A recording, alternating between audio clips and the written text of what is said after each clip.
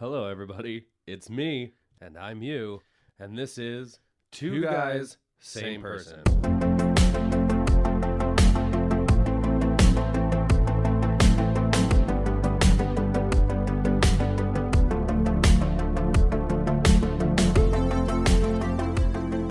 All right, we're back from a long weekend. Hooray. We've changed up the release schedule. We're going to Yep. be doing episodes twice a week now instead of once every day. Yep. We got a lot of good feedback from everybody last week. Yeah, It really helped. You know, we started off everything just to make sure that we got started, but we're sitting here refining our process, and you know, this is the next step. Yep. So without further ado, let's go ahead and get into our topic today. What are we talking about? So I wanted to talk about something close to my heart, which is video games. Yes. Being born in the 80s, growing up through that kind of analog/digital era, Yep. going into today's more modern, fully digitized and multi-billion-dollar video game industry. I kind of wanted to touch back on some of the beginnings. How it was perceived growing up, what our parents thought about it, and then kind of what it's become, both the good and the bad. Absolutely. Well, I mean, given the fact that we played video games as a kid, our parents obviously were, you know, accepting of it. Right. We weren't buying our own consoles before we could even hold a job. I personally, our first video game that I fell in love with would be Super Mario Brothers 3 on the NES, the Nintendo Entertainment System. It's a massive fan favorite, one of the best selling out of the Super Mario franchise, and everything kind of grew from there. Growing up with ADHD at the time, there was so little known about it, and then just having this overactive imagination that, again, not a lot of people around us had, kind of drove people away for a while, especially prior to middle school, before, you know, a lot of these people kind of started bubbling together, and you started seeing a more collective, random humor, gamer, kind of out there headspace that would define our generation. It's actually kind of how we made most of our friends. You know, have you played this? What do you like about this? You want to come over, play these video games? And of course, we were still active outside of the video game world, playing all kinds of sports, playing outside, but it was something that would always come back and was always there for us personally when we felt alone. You know, we were never judged by these video game characters. In fact, we could identify with a lot of them, especially after we get past the beeps and boops and points and sounds and more into a interactive storytelling experience, which for us, our first one would be Final Fantasy VII, which we played on the PC with a joystick. How about that for a gaming origin story? But I can remember crying. There's a pivotal moment where one of the main bad guys, the main bad guy, kills one of the main characters. And I remember being emotionally torn up about that, even as young as I was. You know, this was an actual loss that I felt because I just spent hours with this digital person, and that really clicked in my brain. This is more than just getting the high score and having fun. This is a movie that I can play. Absolutely, and this experience speaks for itself. Even if you just start looking at facts, if we look at the sales data for Final Fantasy VII, we looked online. According to Wikipedia, the game was released January 31st of 1997. As of August 2020, the game has sold over 12.8 million copies worldwide. And this is just sales. As somebody who's grown up, you know, owning their own personal computer, we know how prevalent emulating is, downloading these CD images and playing it on your computer. And then obviously you've got the Final Fantasy VII remake that just came out, and then another remake of that's coming out, and all of those are selling like hotcakes. This was a big thing in the gaming industry, and from my experience, one of the turning points of the industry into this massive money-making machine, for better or for worse. Let's look at some just general facts about the video game industry. Yeah, absolutely. So according to techjury.net, which subsequently cites WePC and ESA as information sources, the gaming industry is expected to reach over $180 billion this year, 2021.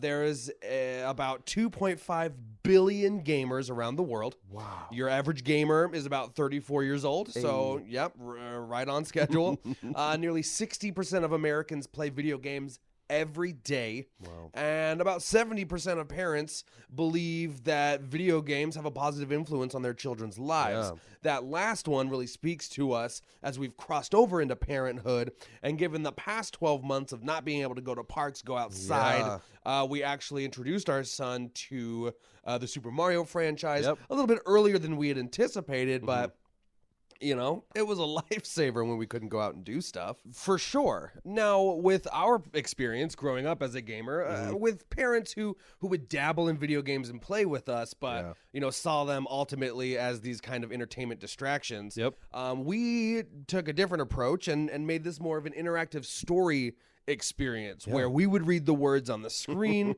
and we would act out the voices, his mom and I, and it became kind of like sitting down together as a family and watching a movie. That's not something that would have happened with me growing up, or, you know, generally speaking, my entire generation. Now, beyond what we're doing with games as parents, I want to talk about what the community itself, this coalition of gamers that kind of collectivize online or in person, and what they can do for, again, better or for worse. Well, we'll start with the good for sure. One of our favorite communities is the Games Done Quick community. To catch you up quickly, there's a subsect of playing video games known as speedrunning. It's exactly what it sounds like. Beat a video game as fast as possible, and then they kind of spice things up with specific parameters. Yeah, like the most notorious any %, which is do anything you have to get to the end of the game. That could include glitches and game breaking. That could just mean doing it as fast as possible. You can throw a little flavor by saying, hey, you got to get all the items, or hey, you can't get any items if it's possible, whatever it is. Now, these guys got together, and according to the Wikipedia page for Games Done Quick, they were inaugurated January 1st of 2010. And they started out as a small collection, playing these speed runs, donating some money to, you know, whichever charity at the time. It started off small. You can go back and you can see these clips of like 15 kids in a hotel room, which grew then into a hotel conference room, which then grew and grew and grew from there. Not a lot of money starting out at first, but with the most recent, I've got some numbers here. Hold on. Throw some numbers at them. Okay, so the first one from January 1st to 3rd, 2010, actually wasn't even called Awesome Games Done Quick yet, or Games Done Quick. They just got together and they played video games as quickly as possible for the charity known as CARE. And that very first time these guys got together, these nerds who live in their mom's basement raised $10,532. After that, it only picked up steam. The next Awesome Games Done Quick was the next year, January 6th to the 11th, 2011. Subsequently, it looks like the rest of the Awesome Games Done Quick marathons were for the Prevent Cancer Foundation. In order, I won't list them all, but the very next year, 2011, they raised $52,520. Skip to January 2016, $1,216,309. 2017, $2.2 million. It looks like 2020 they broke $3.1 million. Now, this reflects kind of my own experience with this podcast here. The first one, I didn't really know what I was doing. I threw it out there, and then things started to grow from there. They have a subsequent kind of sister category, Summer Games Done Quick. So now it's kind of a biannual event. The first Summer Games Done Quick was in August 4th to August 6th of 2011. For the Organization for Autism Research, they raised $21,397. Skipping forward in time, it looks like the rest of them starting in 2013 were for Doctors Without Borders. In July 26th to August 2nd, 2015, they raised $1.2 million. January 24th to July 1st, 2018, $2.1 million. June 23rd, 2019, $3 million. I mean, this is not small amounts of money Yeah. from these groups of people who were raised, kind of looked down upon because of this nerdy basement stuff. Yeah, right. Absolutely. Now, all of this is wonderful. It can really shine a light on the goodness that can come from, these ostracized kind of castaways. Yeah. But let's not, sprinkle a bunch of sprinkles where there might not always be cake. Absolutely. According to the website comparatech.com, 60% of parents with children aged 14 to 18 report them being bullied online. Yep. Now, the internet is bigger than just video games. The video game community would be a microcosm of the online community. Obviously, you have social media, which is way more prevalent than even online gaming, as big as it is.